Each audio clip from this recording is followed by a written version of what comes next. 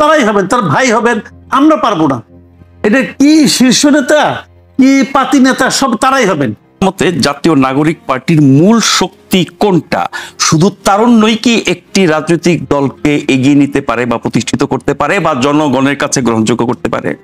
দেখেন, এটাদের আসলে মূল শক্তি তারুণ্য দেওয়া হবে না, হয় না। আপনি কখনো শুনছেন যে একটা মুভি খুব হিট হয়েছে যারা সবাই হলো শিশু শিল্পী? হয় নাকি রে ভাই?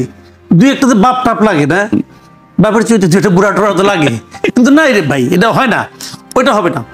এদের মূল চমকটা কথা আমি বলি, চমক আছে কিন্তু কিছু পজিটিভ দিক আছে।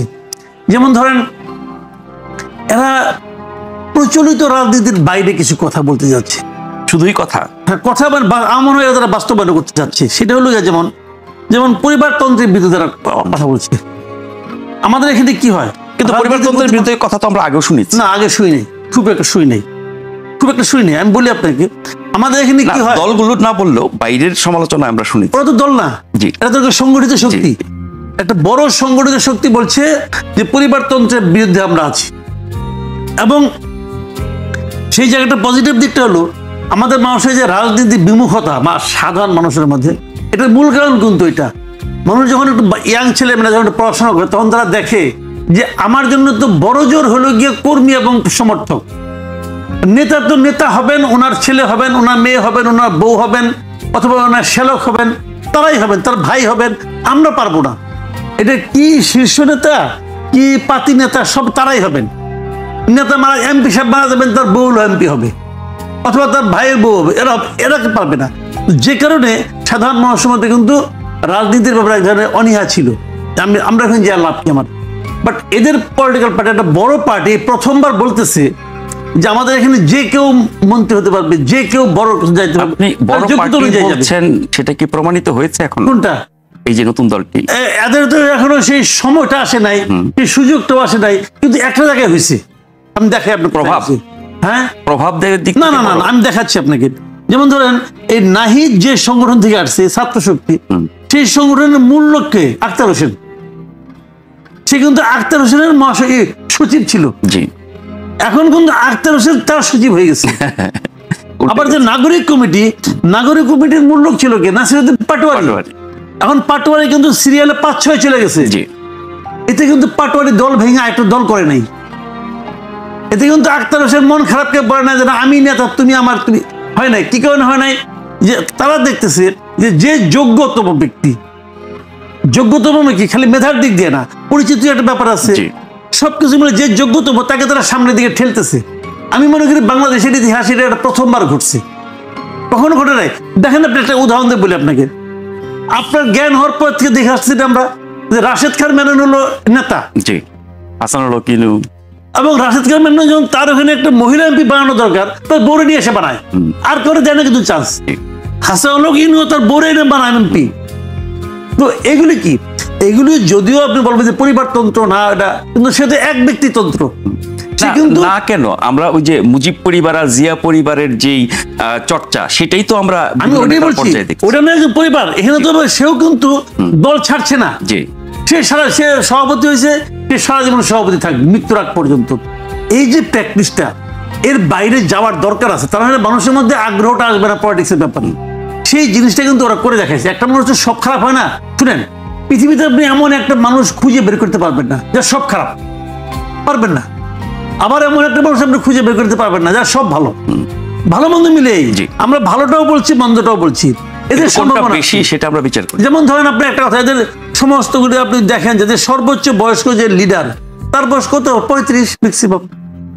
এখানে দুই একটা চুল পাকা লোক দরকার আমি মনে করি।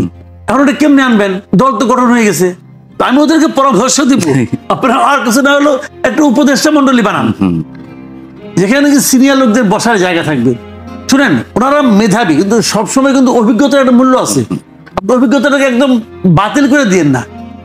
কিছু অভিজ্ঞ লোকরা আপনি নেন, তাহলে এই দলটা একটা, আমি মনে করি একটা কমপ্লিট একটা শেপ পাবে। এবং আমি কিন্তু এই দলকে সম্ভাবনা মনে করি, আমি মনে করি এই দলটা, কারণ এই দলের সবারই ঢোকার একটা চান্স থাকে। যে কোনো ছাত্র সে ভাবতে আমি যাব। আর বড় যে ক্ষতিটা হয়ে গেছে, যেটা নাকি আজিজ ভাই বলেছেন একবার, বড় ক্ষতিটা হলো এখন আর কেউ লেখাপড়া করতে চাবে না। ইন্টারমিডিয়েট পাস করছি, এখন আমি এই দল করবো, তাহলে আমার মন্ত্রী হওয়ার একটা চান্স আছে। ওই যে ছোটবেলায় একটা যোগ শুনছিলাম, কোন এক নেতার কাছে গেছিল চাকরির জন্য, তখন বলে তুমি লেখাপড়া কোন পর্যন্ত করছো, ডিগ্রি পাস করছো? ওই না, তা করি নাই। ওই টাইপ জানো? ওই না, তাও জানি না। ওই হাতের কাজ কিছু জানো? ওই না, তাও জানি না। কৃষি কাজ করতে পারো? ওই তাও পারি না। ওই কি তাহলে তো তোমার মন্ত্রী হওয়া ছাড়া কোনো উপায় নেই। এখন এটা এরকম আর কি। না, এখন বিষয়টা হলো কি যে আপনি যে ইতিবাচক দিকগুলো দেখালেন, সাথে এটাও বললেন যে অভিজ্ঞতারও দরকার আছে। এখন অভিজ্ঞ লোক তাদের দলে নাই, তারা কি শুধুমাত্র তরুণদের সমর্থন এবং ভোটে আপনার এগিয়ে যাবে, নির্বাচন করবে, এটা কি ব্যাংক মনে করছে? তাহলে বয়স্কদের সমর্থন তারা চায় না, ভোট চায় না, বা তাদের সম্পৃক্ত করতে চায় না। তার মানে কি এটা একটা জেনারেশনাল গ্যাপ কি তৈরি করছে? এটা করছে, এটা খুব তাদের জন্য ইতিবাচক হবে না। কারণ ভোট তো তাদের, আমিও তাদেরকে ভোট দিতে চাই, তাহলে আমার ভোটটা তাকে আমার কাছ থেকে নিতে হবে না। কিভাবে নিবে, কিভাবে? আমি কাকে দেখে দেবো ভোটটা? তো এরকম ভাই, এখানে একটা ব্লেন্ডিং দরকার। সেই ব্লেন্ডিংটা তাদের মধ্যে এখনো হয় নাই। এখন যেটা হয়েছে, মনে করেন তারুণ্যের একটা উচ্ছ্বাস, সে উচ্ছ্বাসে, এই উচ্ছ্বাস দিয়ে বিল্ডিং ভাঙা যায়, কিন্তু বিল্ডিং গড়া যায় না। বিল্ডিং গড়ার কারিগর আর ভাঙার কারিগর দুই জিনিস। আপনি এই যুক্তি দিতে পারবেন না ওরা গাড়িটা ভাঙতে পারছে, অতএব তারা গাড়িটা বানাতে পারবে না, এটা যুক্তি হিসেবে ভালো না, যুক্তি না। আপনি ক্ষমতা থেকে নামাইতে পারছেন, অতএব আমি ক্ষমতা দিয়ে বসতেও পারবো, এটাও যুক্তি হিসাবে খুবই মন্দ যুক্তি। আপনি এই যে নতুন দল আত্মপ্রকাশের যে আয়োজন, তার খরচ নিয়ে আপনি প্রশ্ন তুলেছেন, কোনো জবাব পেয়েছেন কিনা? বা এই প্রশ্নের জবাব আমরা প্রেস সেক্রেটারির মুখে শুনেছি। আবার টিআইবি বলেছে সরকারি দায় এড়াতে পারে না।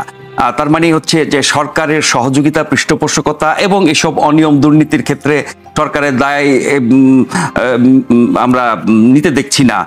তার মানে হচ্ছে যে এটি কি একাকার হয়ে যাচ্ছে কিনা? এই যে নতুন শক্তি, তরুণ শক্তি, অভ্যুত্থানকারী শক্তি, নতুন দল, ডক্টর ইউনূসের সরকার, সবটা কি একাকার হয়ে যাচ্ছে কিনা?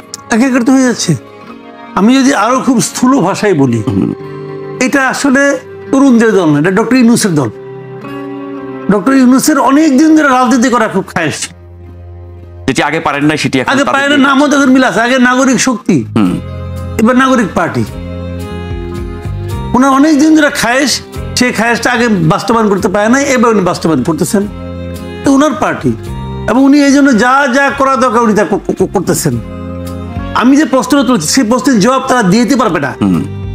আমি বলেছি যে একটা মিটিং করতে কত টাকা লাগে, সেই টাকাটা আপনি কোথায় পেলেন? আমার একটা শোনা, কিন্তু আমার কোনো আপত্তি নাই, আপনি চাঁদা দিতে পারেন। যে পলিটিক্যাল পার্টিকে কেউ চাঁদা দিবে না, দিবে। যাকে আপনি চাঁদা দেবেন তার নামটা আপনাকে প্রকাশ করতে হবে, তার নামটা আপনাকে প্রকাশ করতে হবে, সে কত টাকা দিয়েছে, এবং যে দিয়েছে টাকাটা সেটাও আমি চেক করে দেখতে চাই যে তার যে ইনকাম ট্যাক্সের যে ফাইল আছে, সেই ফাইলে এটা ঢোকানো হয়েছে কিনা, এটাও আমি দেখতে চাই। তো এটাও যদি আপনি করে দেন, ট্রান্সপারেন্ট হয়ে যাক। আপনি কি পারবেন ব্রিটিশ লেবার পার্টিকে একটা চাঁদা দিতে? পারবেন না, দিলেও তারা দিবে না। সেই বাস্তবতা তো এখন সেখানে এটা তো হইতে হবে। আপনি তো নতুন কিছু করতে চান, আপনি বললে বলে কি, আপনি তো বিএনপির হিসাব চান নাই, আপনি তো আওয়ামী লীগের হিসাব চান নাই, তাহলে তারা কেন আলাদা? তাহলে আওয়ামী লীগ আর বিএনপি হন আপনি। নিশ্চয়ই নিশ্চয়ই, তো ওদিকে যাচ্ছেন। মানে আর্থিক স্বচ্ছতা একটা বড় জায়গা, বিরাট জায়গা। কারণ যে আদাটা আনছে, সে 10 টাকা আনছে, ওইখানে দিচ্ছে 2 টাকা, 8 টাকা পকেটে ঢুকাইছে।